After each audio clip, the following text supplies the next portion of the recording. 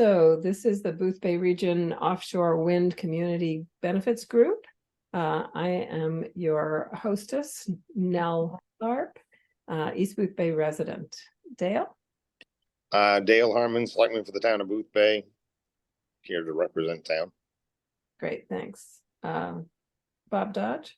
Bob Dodge from East Boothbay. Great. Stan? Yep, I'm Stan White. I'm Senior Vice President of Engineering Technology for Diamond Offshore Wind. I'm taking the place for the interim for Rob, who left the project.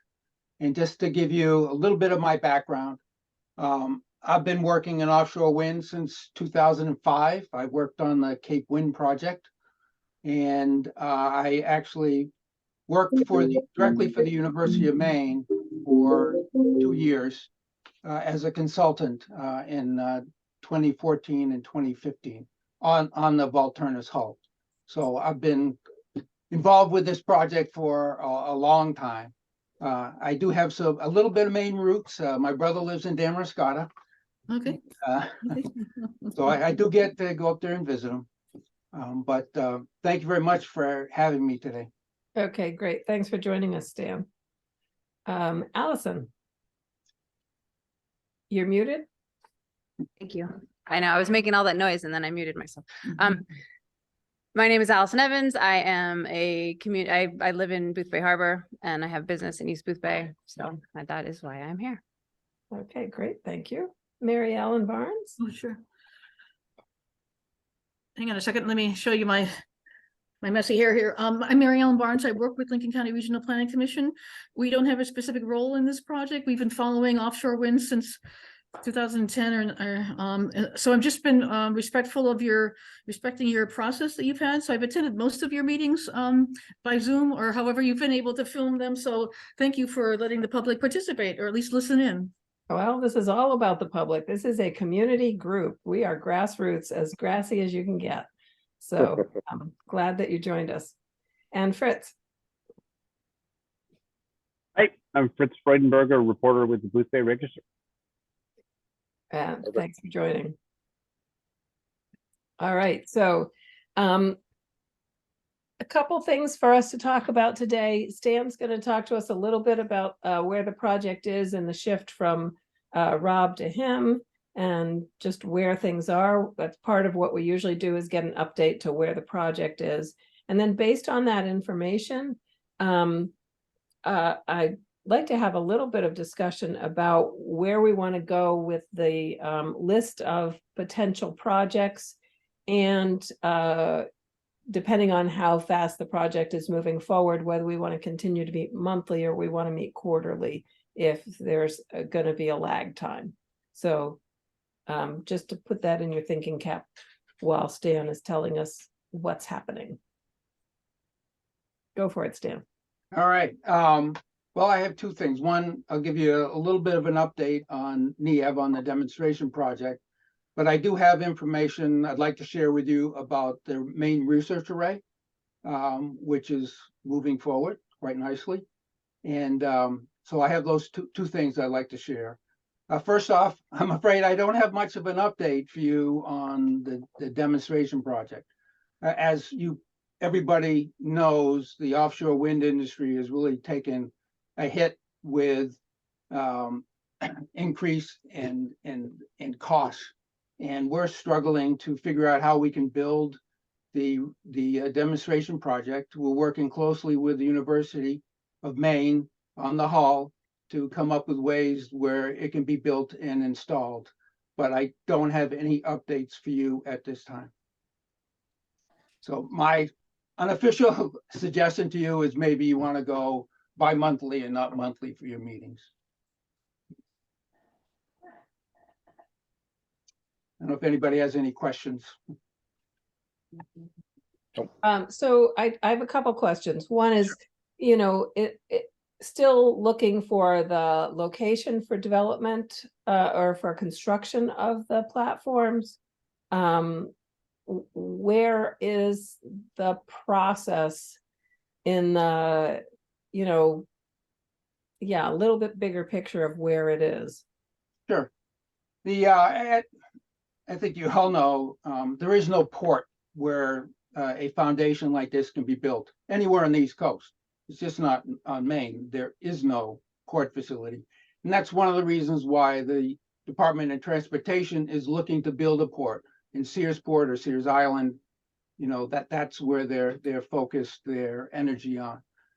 So building a single foundation is even more difficult if you don't have a port. So we've been investigating building it on submersible barges, building it on in sections, floating sections, trying to put them together in the water.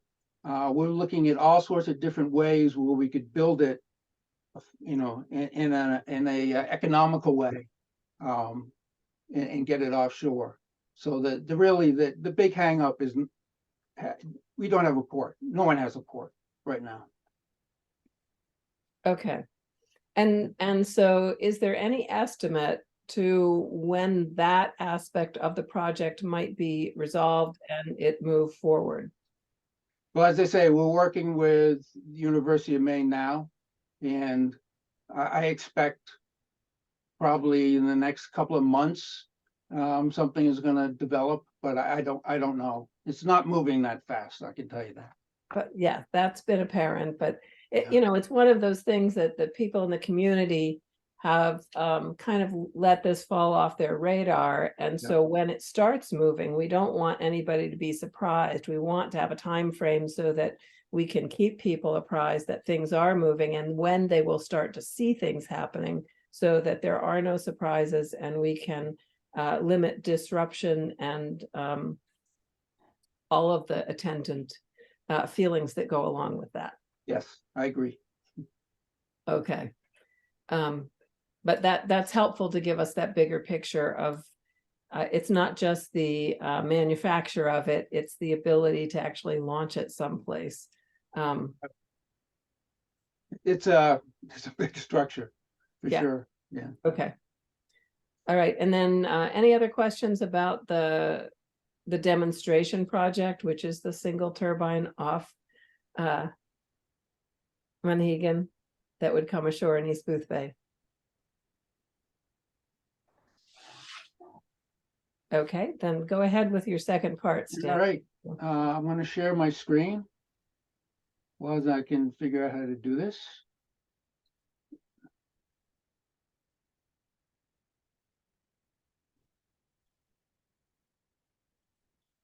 There we go. So I think folks know that the Maine Research Array is a state sponsored project. We've been working with the Bureau of Ocean Energy Management because this is in federal waters, and we're the designated developer for the state, but this is really a state project. So I'll just go over quickly Maine's renewable energy future, what's going on, Governor Mills and all the good things that she's been pushing. And then I'll talk a little bit about MIRA, which is we call MIRA, which is the Maine Research Array project. And please, if anybody had any questions, just speak up. So we're working in federal waters, and the little red box that you see off of Portland is the location of where MIRA will go. It's a very large area, federal area, and as you can imagine, it's not just Maine that's looking to put offshore wind in the federal waters. It's Massachusetts, it's New Hampshire. It could be any one or all of the 3 states that could benefit by BOEM's leasing of this offshore area. The area shown in green is the approximate area that BOEM is looking at, but this is not final. There's a lot more input that will go into this where they finally decide where a wind farm can go. Obviously, they get a lot of input from the fisheries as a big driver. Navigation safety is another big driver. So there are a lot of things that go into it before BOEM finally decides areas they're gonna put out for lease. So Maine's looking at about 2 gigawatts of offshore wind. And to give you a little bit of flavor, the Maine research array is 144 megawatts.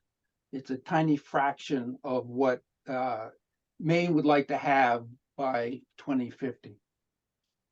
The commercial lease sales through BOEM, they're scheduled to be put out next year sometime. It is, I can guarantee you, it is a long process. Not only to put the leases out, but also to get permission to actually build the wind farm. It's 8-10 years to go through all the studies and everything that has to happen. So having a commercial wind farm off of Maine is not going to be relatively soon. But offshore wind does represent a very large investment in the coming years. And as I have here, it's 10 to 20 billion dollars. It's probably a lot more than that and when they actually go to build these. And Maine's sitting there, and if a port can be built in the Searsport area, it's going to be a real leadership opportunity for Maine, because I can tell you that's where the jobs are. It's building these things is where the jobs are. And if a port can be built, it's going to be great, because anything you can build in the Searsport area, it's all floating. It can go anywhere on the East Coast. They could be floated down and installed. And as I say, there are no ports on the East Coast that could support the construction of the University of Maine's foundation or any of the other floating foundations that are out there. So Maine has a great opportunity to really be the leader in floating offshore wind. Sorry. Yes, question? One question, and I apologize, I think I read about it earlier, but could you talk a tiny bit more when you have time about how the red box in the Portland area, how that was determined, and really what the status of that is as we go forward here? Yeah, I can talk a little bit about it now. You know, the Governor's Energy Office and the Department of Marine Resources, they really looked at where a research array could be located with the least impact to the fisheries. So they did, it was probably took them about a year of studies and gathering data, and they narrowed down an area. Then, because it's in federal waters, it had to go out to BOEM to see if there's any competitive interest, because the state put in a unsolicited lease application into BOEM, and the research lease is a special designation, so that a state entity is really the only one that could use that designation. And one of the pluses is there's no cost involved. A federal lease, when they go out to bid, they're talking, you know, hundreds of millions of dollars for a federal lease. They're the ones, one of them that went off of New York and New York Bight, it went for about $1.2 billion. So the fact that the state was able to get this lease without having to pay the federal government a lot of money, obviously it's a direct reflection back to the ratepayers, because that's who's going to end up paying for any lease costs. So then BOEM decided where it's going to go. That's the red box. And now we're in the process, or the state's in the process with BOEM to define a small area, and I'll get into that. So it's someplace in that red box, and it's even a smaller area than what's shown. And the research array would use the same floating platform as it would be used for the demonstration project?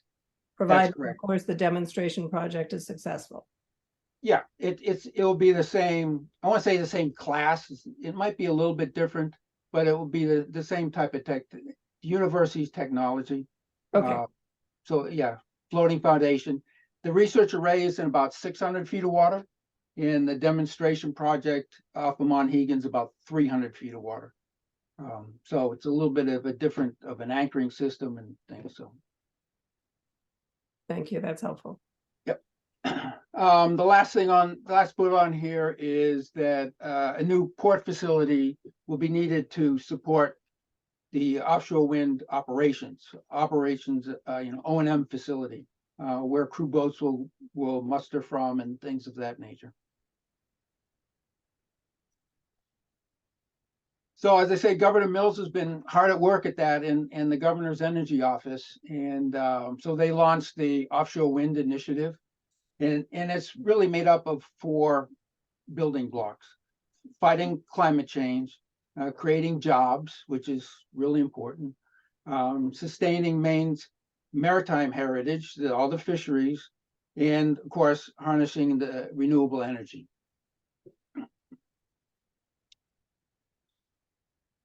And I'd have to say that the governor's energy office, in creating the Maine offshore wind roadmap, they held a lot of meetings. I'm sure a lot of you attended these meetings and got a lot of input into how Maine should develop offshore wind, and in particular looking at the research array.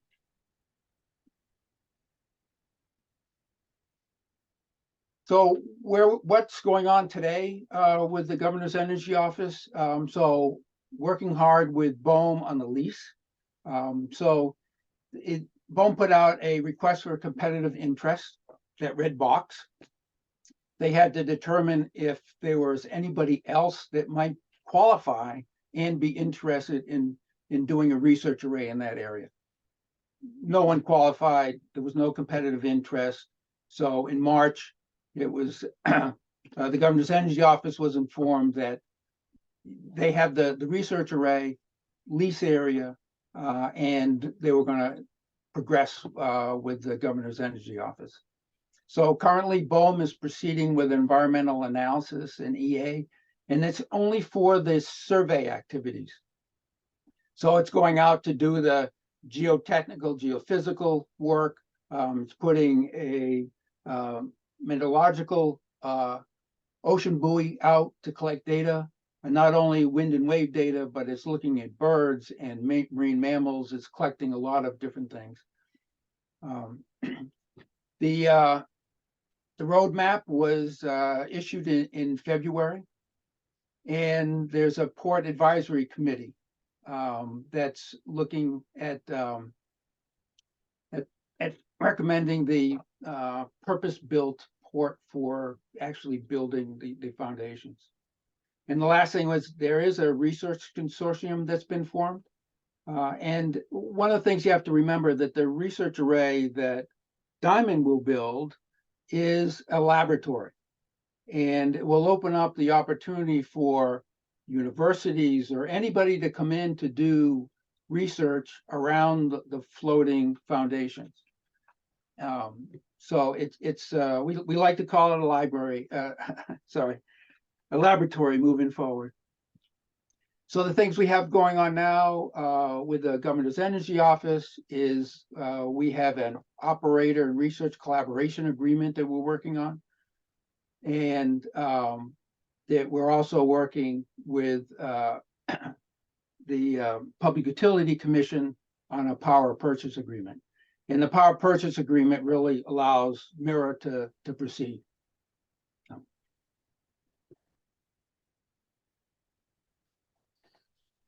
So looking at MIRA, you'll see that in the map that's on the right side of the screen there, you'll see that there's a box there. You'll see there are 2 green zones, and then there's a blank zone in the middle. And the blank zone is the extension of the fairways coming out of Portland. And so we've been working with the US Coast Guard to maintain safe distance away from that for navigation purposes. So we're focusing what we're looking at to do in either one of those two green boxes. And the determination of where we go in there is a function of a layout of the wind turbines. It's a function of the bottom conditions. We're very sensitive to areas that are high fishing areas. So we're working with the Department of Marine Resources on those particular areas to make sure that we're in an area as clean as possible. And for us, we're also looking for as much mud bottom as we can. As we all know, there's a lot of rock coming out of Maine, and we'd like to stay away from it if possible.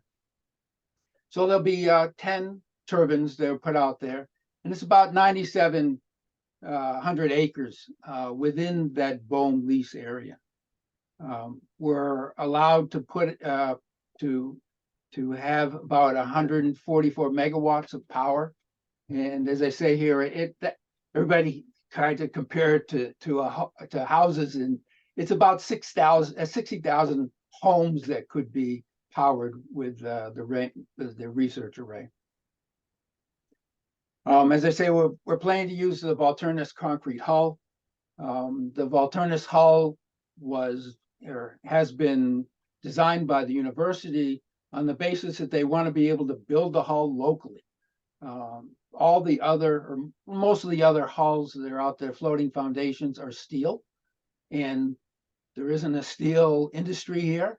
There's a steel industry in the Gulf of Mexico that makes offshore drilling rigs, but we really want to keep the jobs in Maine, and a concrete foundation will do that.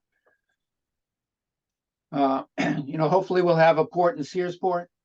And once a port is actually built, it takes about 6 months of site preparation to get ready to build the Volturnus hull.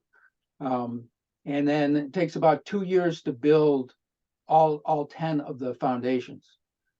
So it's not a rapid thing. It happens quite slowly. It'll be over two periods. We're looking to have some indoor fabrication ability because we want to be working during the winter time. So it's a pretty complex job to figure out how we're going to build a foundation. The anchoring will use drag anchors. I'm sure that most of you are boaters. The drag anchors are similar to the anchor you might have in your boat, except these weigh about 50 tons. So they're huge. If we end up having to do rock, we'll do a drilled rock socket pile in. It's not driving a pile, it's actually drilling a hole, sticking an anchor pile in and grouting it in place. So it's much different than the impact noise of installing the fixed foundations that are used all over the place. The interconnect location is still being finalized. As you can see on the map that's on the right there are a whole bunch of spaghetti lines. There are greens and reds. And so we've done a desktop study using as much bottom data as we have to figure out where we could run our cable. And we want to run our cable in areas where there's mud so that we can bury the cable. So you can see there are all sorts of different routes that could get to the two point of interconnects that we're looking at. But this is not finalized by any degree at all, whether it's the route or the points of interconnect. This is just part of our studying that we're doing right now. Because of the size of the wind farm, we'll actually be running 2 cable subsea export cables to one of these interconnects. They'll be relatively close together, but we have to do two because of line losses, and we want to maintain as much power going to shore as possible. So the location that BOEM is looking at is about 40 miles from Portland, and the state will be the holder of the lease. And we have made suggestions to BOEM of where we would like the research array to be located, whether it's the north green boxes or the south green boxes. But unfortunately, it's not up to us. BOEM will make that decision for us. So I have a couple of questions based on Sure. this slide. First of all, assuming that the foundations are built in Searsport, what is the time frame between building the demonstration project foundation, launching it, testing it, and this research array? I'm assuming that you want to have some data from the demonstration project before you move forward with the research array. Yep, it will probably be 4 years, 3 or 4 years difference between the two. We'll build the foundations for the for Mira in 2 phases. So one phase we'll build half of them in 1 year, and then half of them in the second year, and then we'll put the turbines on and put them all offshore in 1 year, during the second year. So that gives you a little even more of a lag between the projects.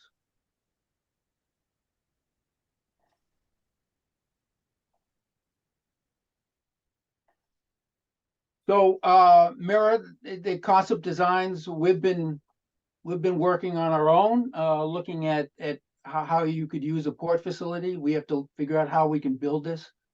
So we've done a number of studies independent of DOT. And we have been working directly with DOT to help them figure out the port and make sure that the port is fit for purpose. You can't build you want to make sure that they have enough input from people who will use the port, so that when it's built, as I say, it will be useful to us or any other developer that comes along. And we've been supporting DOT with discussions with Sprague for Mac Point.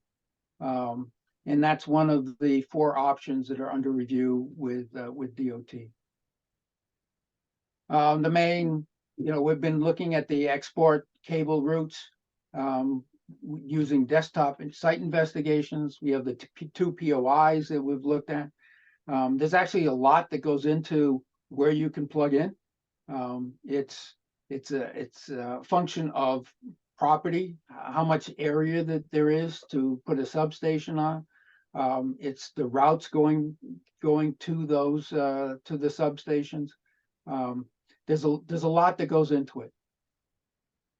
We're going to put the Met Ocean buoy out. We're planning to do that in March or April of next year, and that will be installed for a minimum of 2 years to collect data.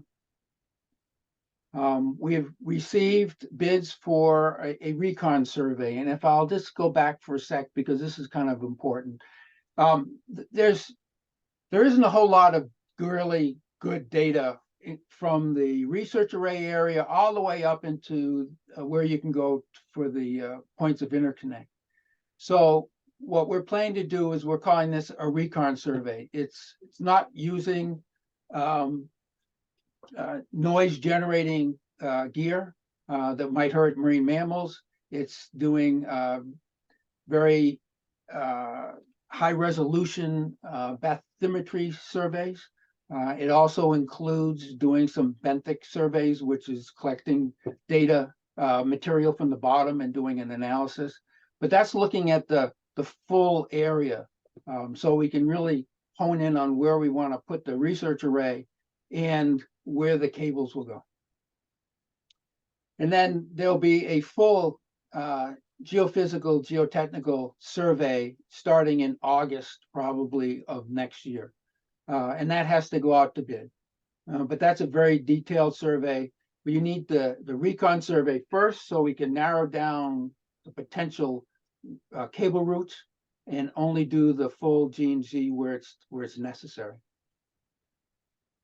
And then the planning for the environmental surveys, it's complete, and we're looking to start those surveys in the beginning of next year.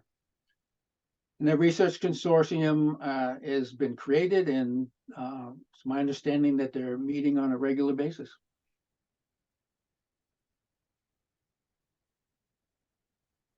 You know, I think for us boating type people, it's important to understand what type of vessels that are going to be going back and forth once the research array is operational. The crew transfer vessel is the one that's will probably be used. It can take technicians, up to 12 technicians out to the turbines at one time. It has a big front deck, so it can carry materials back and forth for maintenance. So it's a pretty versatile vessel. In the future, especially for the commercial projects, they'll be going to service operation vessels like this, the red one that you see here. And that has living quarters for the technicians. They stay offshore for 2 weeks at a time.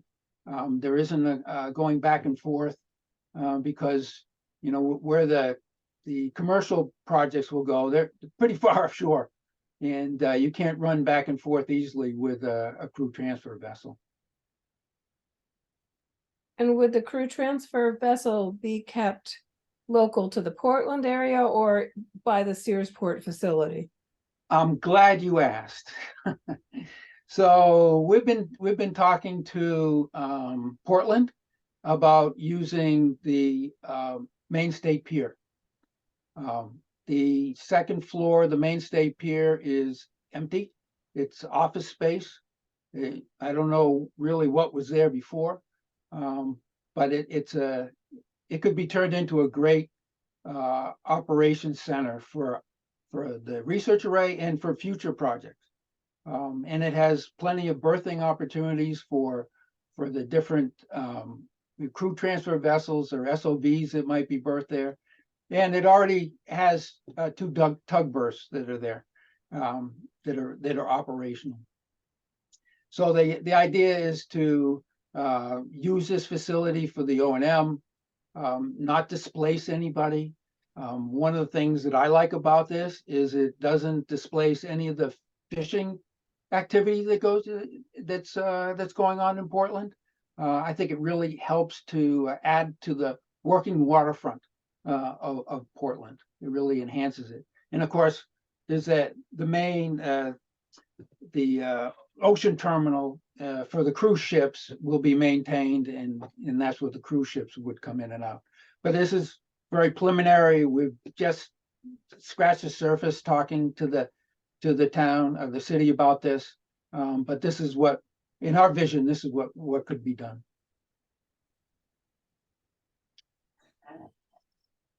And of course, everybody wants to know timeline.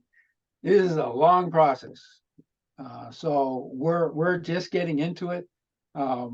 It's many years before you're actually approved to start construction.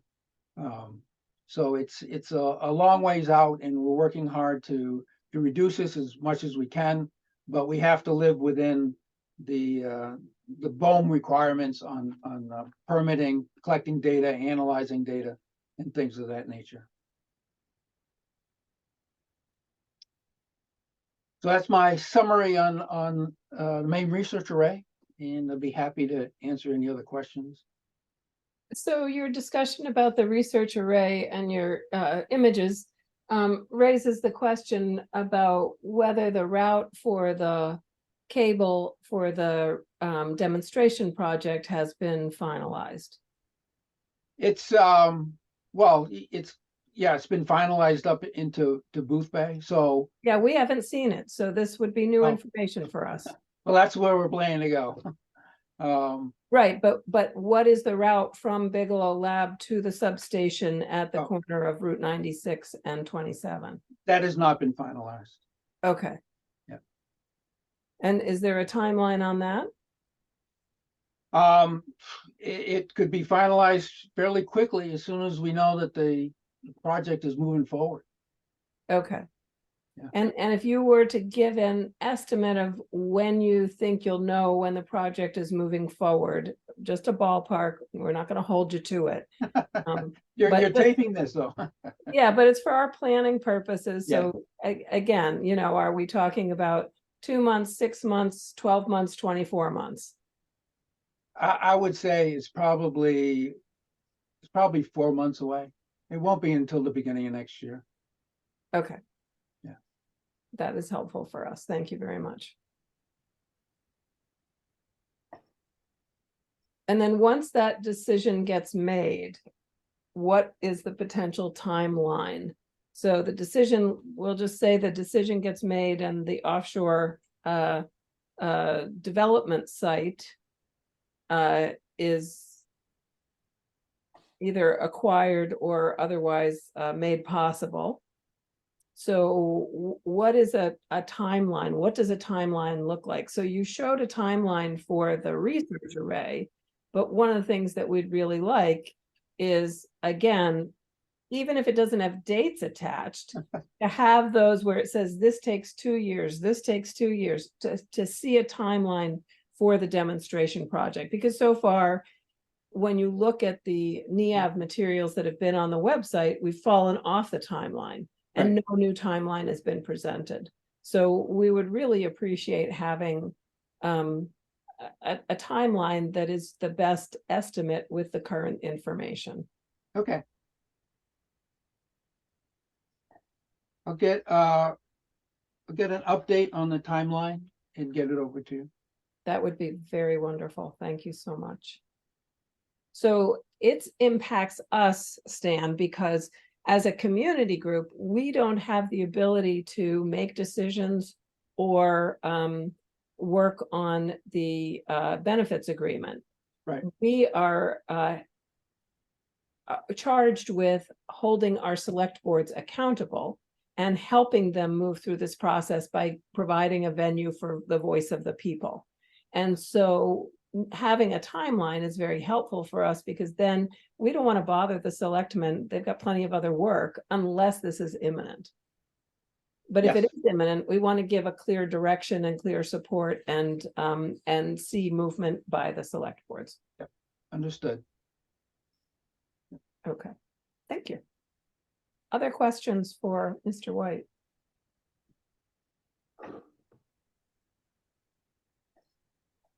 No. Okay, you're welcome to stay, Stan. You're welcome to not stay, whatever works for you. Thank you No, I'd very like much to- for that I'd like to stay and presentation. listen if possible, sure. That is absolutely fine. Not a problem. All right, so if there is the potential to have a decision somewhere in 4 months, how do we want to deal with this for the select boards? Do we want to go to the select boards? And Dale, this is kind of a question for you, about whether we want to do a presentation at the select board to bring this back up, or we want to wait until there's a decision by NEAV. Well, please, for one, Stan, don't take this personally. I'm a little hesitant because we've been hearing these estimates about time for a long time. So 4 months is, I'm gonna say, cautiously optimistic at best. So, I mean, yeah, if we truly think it was gonna be in 4 months, I would think you'd want to be out in front of the select board sooner than later. But I'm hesitant because I'm afraid we're gonna bring this all back up. We're gonna fire up all the fishermen. We're gonna get the community all in an uproar, and then this is just gonna fall to the wayside for 8 months instead of 4 months, or 12 months instead of 4 months. And I don't know if I want to encourage that. Just speaking openly and honestly right here. That's all. But yeah, I mean, 4 months is definitely, if that's real, then I think we should be out in front of the select boards and trying to come up with some conclusions as to what the community group is really interested in. Absolutely. Dale, I don't think that I would go to the select board now. I would wait for the 4 months till something happens, because once that 4 months happens, it's still a long way. Yeah. Agreed, and I think that's where Nell was going, where once we even make a determination, what is that timeline? If it's 2 years, like so many of those other timelines were, well, we have plenty of time after a decision's made. If it's 4 months after a decision is made, well, we don't have a long time. You'll have plenty of time. Okay, Okay. good to know. So Um, thank you, Dale. That's very helpful. No problem. And, we have had these meetings, they were very regular in the beginning, and we got a ton of information. And we've kept the meetings going in order, especially over the summer, to get the voices of summer people so that they could have a say about what was important to them. I don't think we really expanded the list, even though we went over it with people. And so, we have our list. There's room for expansion if somebody was particularly interested. My personal preference is working with the DOT about traffic safety. And part of that is based on DOT offering community grant money so that we would be able to leverage the funds. But, this group is an advisory group to the select boards, and the select boards may be aware of other projects that are ongoing that may be underfunded or some other thing. And again, the two towns will have to get together to decide. And so I'm fine with waiting, but I don't want to meet once a month just to meet. I got enough on my plate, and I know everybody else does. So I like having these meetings be really meaningful. Obviously, we wanted to meet now, Stan, and hear from you, and this was very, very helpful.